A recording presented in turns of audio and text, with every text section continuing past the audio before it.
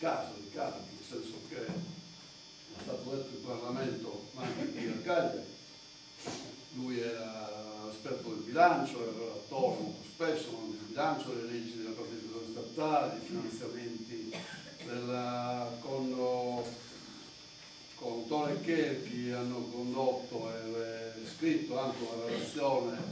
sulla situazione industriale di Sardegna, molto dettagliata, che bisognerebbe rileggere, dare in mano agli attuali amministratori regionali e cominciare a vedere che cosa è stato fatto, detto, scritto, ripetuto, elaborato negli anni scorsi, perché non si parte mai da zero, quindi sarebbe bene che la documentazione fosse utilizzata da tutti, dove ci sono tutti questi problemi che ancora oggi ci affliggono, è peggio di allora, probabilmente oggi la situazione è anche deteriorata, ma se si fosse fatto qualcosa prima probabilmente non sarebbe questo. Lo sviluppo, Carlo è stato anche il presidente della ZIL di Marco Merlo, tra le altre cose si occupava anche di queste, non so, si occupava di Malvasia, di Grappa, ce l'ha portato anche a Roma, incontri conviviali che organizzava, gli piaceva molto organizzare incontri conviviali con altri deputati di altre regioni e per questo li portava sempre lui, devo dire. Soprattutto questa Grappa, alla quale si era dedicato, ma era stato anche presidente della ZIL e per l'industrializzazione della Sardegna centrale aveva chiaramente, come tutti possiamo immaginare, un'attenzione particolare.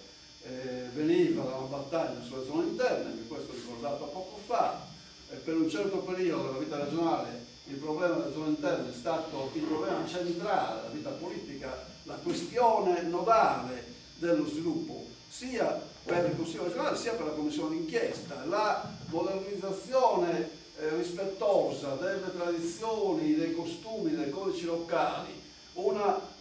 industrializzazione che non fosse di rottura soltanto, ma che fosse di coinvolgimento e di introduzione del codice di disciplina del lavoro e della modernità nelle zone interne era uno degli obiettivi fondamentali sia per lo sviluppo economico sia per la lotta alla criminalità, sia per debellare il sistema di criminalità che stava realizzando in Sardegna. Quindi un disegno piuttosto ampio, piuttosto complesso, al quale non è venuto nulla di nuovo in questi anni, cioè non è che ci sia oggi di fronte allo spopolamento delle zone interne, di fronte alla crisi di Ottana, di fronte all'insuccesso dell'industrializzazione, un altro disegno, purtroppo non c'è. Bisogna prendere quelli, probabilmente bisogna rielaborarli, correggerli, adeguarli alla realtà di oggi, ma risolvere il problema del Gennargentu, parco sì, parco no, anche quella è stata una vicenda di questi anni di cui parlo io. Il primo progetto di parco è nato in quegli anni, 70, noi avevamo fatto anche un piano regolatore generale, General Piano, un bellissimo piano, cioè noi non dobbiamo continuare a parlare di decentramento o di deleghe agli enti locali, non è più questo il problema. Noi abbiamo la competenza esclusiva, primaria, oggi in materia di enti locali e logicamente noi vediamo, e lo vediamo anche nei nuovi amministratori, una concezione unitaria, cioè non è che da una parte c'è la regione che è la padrona della borsa, che fa figli, figliati, che dà, non dà, che gli piace fare una cosa o un'altra. Il sistema è un sistema unico, è un unico ordinamento dove ci sono tre soggetti, la regione, il comune e la provincia, ma l'ordinamento, il modo di essere, la stessa struttura amministrativa può essere benissimo unica, unitaria, e quindi le funzioni vanno distinte per livello, ma sono funzioni di un unico sistema amministrativo, di un unico modo di lavorare. Questo era già così nella concezione di Carlos e così deve tornare ad essere, mentre invece stiamo attraversando, secondo me, un certo sbandamento anche su questo terreno, per cui continuiamo a fare leggi di delega e di trasferimento, quando invece il sistema deve visto nella sua unità, visto che dobbiamo riformare la regione e riformare tutto il resto, tanto vale farlo contemporaneamente, farlo in un'unica struttura, in un'unica visione armonica, dove tutti sono pari tra di loro, però fanno funzioni differenti.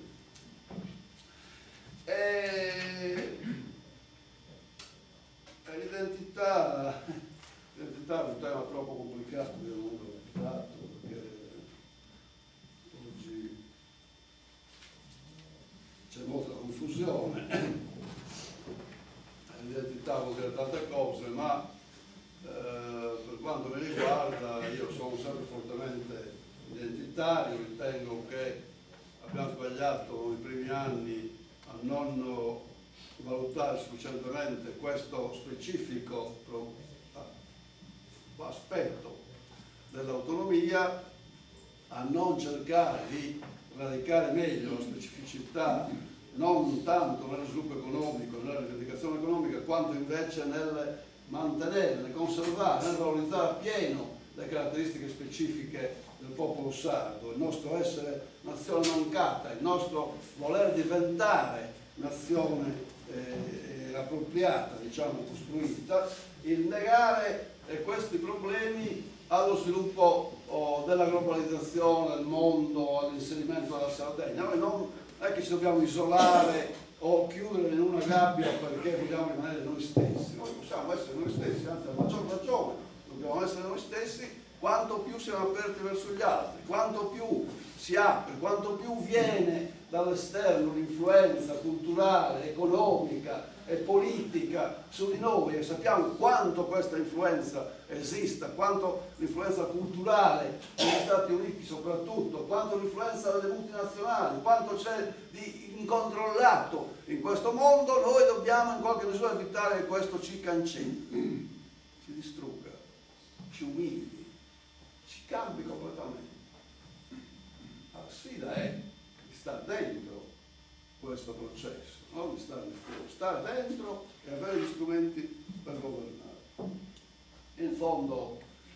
i riferimenti culturali che ho citato all'inizio e che richiamo ancora, cioè i nostri vecchi maestri, questo maritanianismo, si può dire,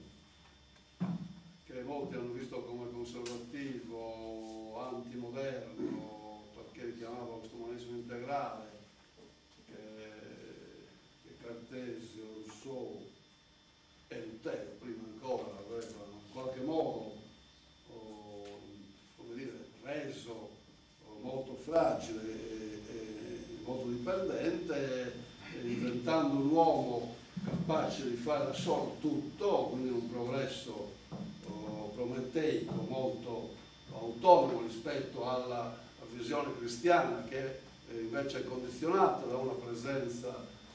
divina chiaramente. E noi però crediamo che la parte positiva, cioè del fatto che la democrazia deve essere collegata al personalismo comunitario o all'umanesimo integrale, cioè al rispetto delle componenti umane e in questo caso cristiane